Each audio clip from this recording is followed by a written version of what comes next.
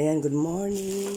So, ang tita Ron, nawalan ng boses. So, ngayon lang ako maggawa ng tutorial. So, ayan. Gagawa ako ng gown siya na ang pinakatap niya ay asymmetrical. So, ayan. Ayan na siya. Meron akong lining. So, ang gagawin ko ngayon susunod ay papansan ko sa step fuse. Ito. Yan, ito. Manipis lang siya. So, papansahan ko itong pinaka-tela niya. So, ayan. So, ayan. Naplansahan ko na ng pilon. No? And then, ito ding lining, plansahan ko lang sa bandang taas. Ang pilon nito, ang tawag ng pilon na ito ay jersey fusible cloth. Ito ay malambot lang siya. So, para dito sa medyo matigas kasi itong tela. Ito ay tela ay metallic gasar. So, ang aking nilagay ay yung fusible na jersey. So, kapag makapal, pagka naman manipis, ang ilagay ko yung makapal na pilon na cloth. Tela siya, hindi siya yung pilon na hindi tela. Ilagay mo dito. Yan. So, after nyan, itatay na natin siya. I-bisting ba? Bisting muna.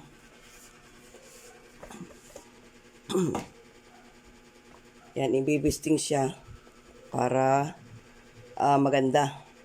No? So, ayan. Ito, paplansahan mo ng pilon. Ang pilon niya ay yung jersey fusible cloth. Dahil itong gasar, medyo makapal siya. So, kailangan meron siyang, iwas sa nisnis. Yan. So, after nyan, kailangan i-basting mo. Pag basting mo nyan, dapat ang iyong allowance ay parehong half inch din sa kabila. Para kapag ginanyan mo siya, wala ka nang titignan na guhit-guhit kung ano. O, pagtapatin mo lang yan. Ang kagandahan nito kapag trace mo siya sa may kulay, kapag pinilansya mo lang siya ng pilon, makikita pa rin yung guhit. So, yun ang pagtatapatin mong guhit, di ba? Pagtatapatin mo yung guhit sa likod. Ayan. So, yan siya. So, ibibisting na natin. Para pag tinahi mo siya, sure ball, no? So, yan. Ikiklip mo yung tapat nung may guhit. Tapos, saka mo bibisting ng half inch. Kasi ang allowance ko dito, half inch. So, kahit man hindi half inch, basta ibisting mo lang siya.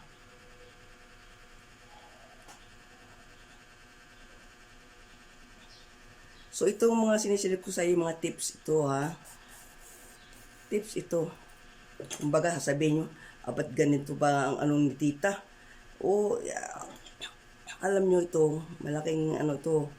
Halimbawa, mananahi kayo ng gown.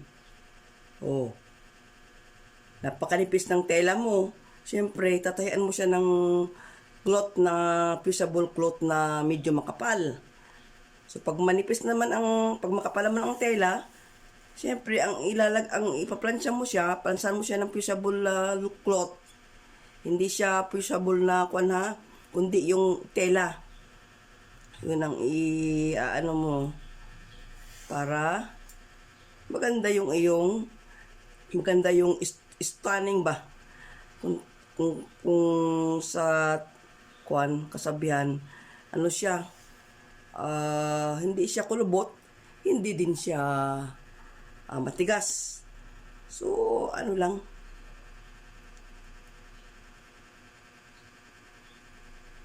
And then, alam nyo kung bakit may ganitong fusible cloth. Para kapag halimbawa, gusto nyo masikip yung damit nyo. O, ito tumutulong para yung tela hindi masira. Na yung pinagdaanan ng needle mark ay lalaki ang butas. So, ito nakakatulong itong fusible cloth. Oh, so, ganun siya, no? Yan na siya. Ito, ang talagang yari nito, asymmetrical, pero mayroon siyang pitch sa sa balikat. May pitch siya sa balikat.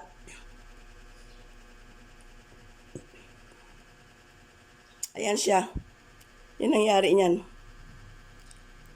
May pitch sa balikat, saka tapos may ribbon siya. So, ito ay lining lang ito. So, lalagyan ko siya pa ng pitch mamaya. So, pakita ko sa inyo kung paano pagkatabas ng pag-pitch na yun. So, ayan, tuloy tayo sa pag-bisting. Bisting na naman siya. So, kailangan dito pareho yung allowance nyo kung 1 cm. 1 cm din lahat. Pagka naman half inch. Okay, half inch din yung inyong allowance para hindi kayo mahirapan.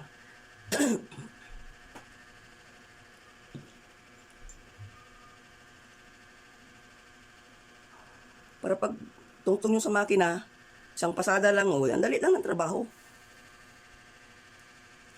Yun yung pagtatrabahong madali na no hassle. No? Tuloy natin.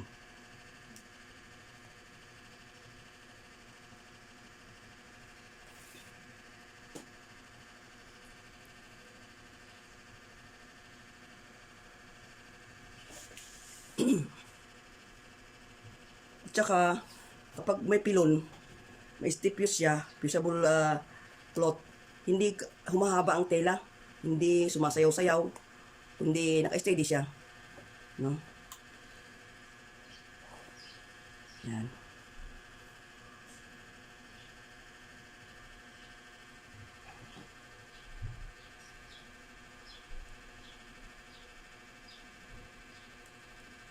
Yan. So, dapat may pakain kunti dyan. Pero sa bus. Oh.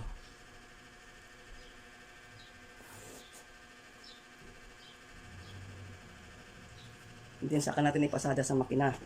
So, hindi ko na pakita sa pasada sa makina. Dahil papasadahan mo lang naman yan. Nagpakita ko sa inyo ay kung paano siya mag-cut ng ilalagay dito para may pleats. No? So, ito yung pattern niya.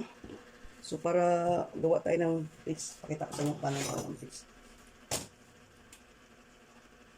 So, i-divide mo ito sa 1, 2.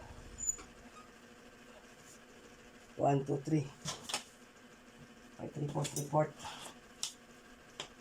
3, 4. 3, 4. Saka 3, 4. So, yan. So, unang guhit ito. Yan. So, nandito ka dapat sa dito. Ayan. Dito sa point ng bus. Yan. Pangalawa, dito sa baba. Dalawang guhit. Oh. Dito tayo. Hanggang dito sa ayan, oh. Dito sa baba siya.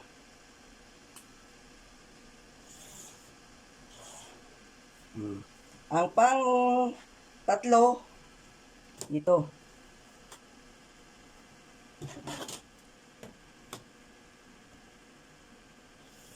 Yan. So, gugupitin yan.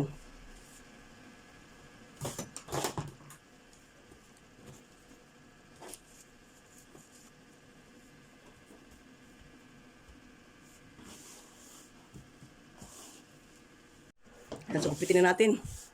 No? Yan.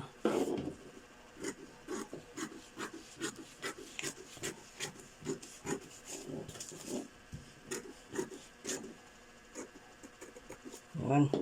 Ang pangalawa ay dito.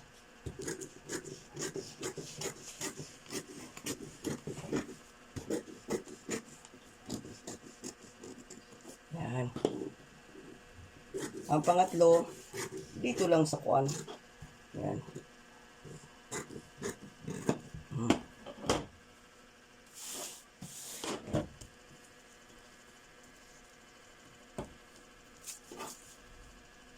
magiging ganyan siya. Oh.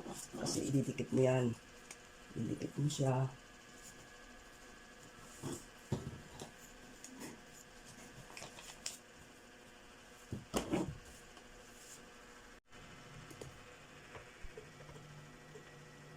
Lagyan ng tape.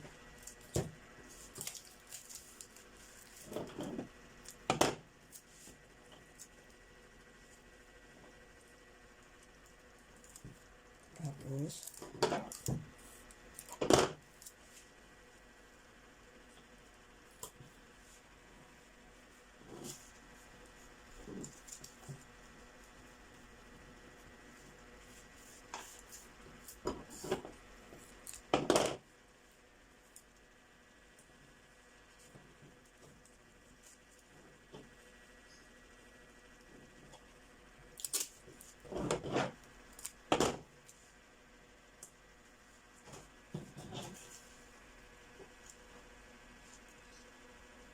lagyan mo siya, oh.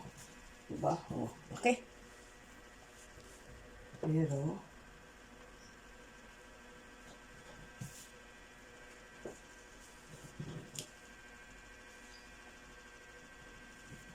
yan ang tunay, ano. Ilagyan na natin kunti siya.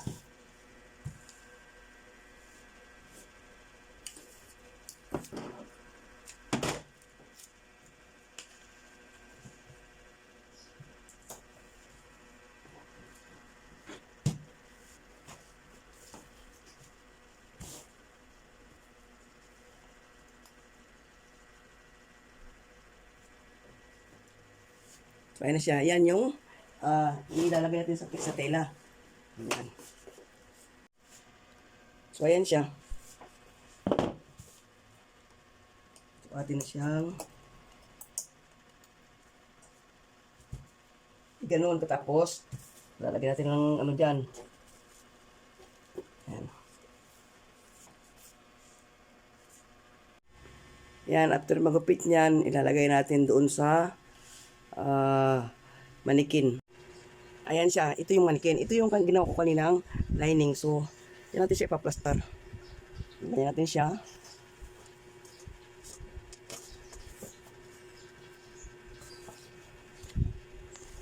Ayan. Hanggang doon. Ayan. Ganyan siya. And then, saka na natin ilagay yung pipits natin siyang ganyan. Pipits. Oh. Pipits. Diba?